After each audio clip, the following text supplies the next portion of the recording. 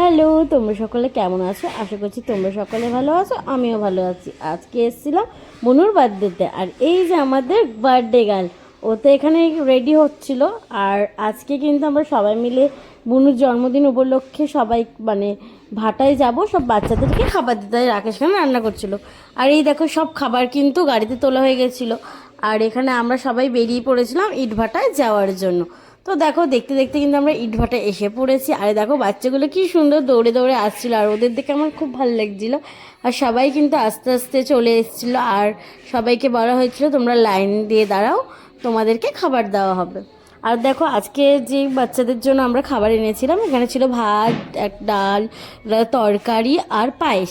এখানে বুনুর যেহেতু বার্থডে, তাই বুনুই কিন্তু সবাইকে খাবার দিচ্ছিল। আমরা সবাই মিলেই কিন্তু খুব মজা করে সবাইকে খাবার দিয়েছি। আর সত্যি কথা বলতে দিনটা এত সুন্দর মানে কাটিয়েছি, ভীষণ ভালো লাগছিলো। যখন এই বাচ্চাদের মুখেই মিষ্টি একটা হাসি দেখছিলাম, বেশ ভালো লাগছিলো। আমি চাই তোমরাও মানে তোমাদের বার্থডে বা তোমাদের কোনো স্পেশাল ডেতে এই বাচ্চাদেরকে তোমরা মানে খাওয়াতে পারো। সত্যি ওরা খুব খুশি হয়, আমার তো বেশ ভালো লাগছিলো। আর আমিও কিন্তু ওদেরকে দিচ্ছিলাম, মানে সব বাচ্চাদেরকে দিচ্ছিলাম। বেশ মানে আমার সত্যিই মনটা ভরে গেছিলো যখন এই বাচ্চাদের মুখে হাসি দেখছিলাম। আমরা সবাই মিলে ওদেরকে খাবার দাবার দেওয়া হয়ে গেছে। এখন আমরা বাড়ির দিকে যাব, যেহেতু অনেকটা বেলা হয়ে গেছে, আমাদেরও খেতে হবে। তো দেখো আমরা কিন্তু সবাই মিলে চলে মানে টোটোতে উঠে পড়েছিলাম। আর এখানে কিন্তু সবাই চলে এসেছি বাড়িতে। আর দুপুরে খাবার দাবার সবাই খাবে।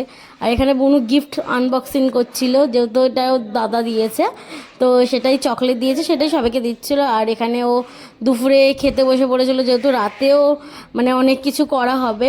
এখানে ছিল ভাত, ডাল, ভাজা, একটা সবজি, মানে এর পায়েস, অনেক কিছুই ছিল। আর এখানে আমরাও কিন্তু সবাই মিলে খেতে বসে পড়েছিলাম। আর তোমাদের সাথে দেখা হবে নেক্সট পার্টে। এটা হচ্ছে প্রথম পার্ট বার্থডে।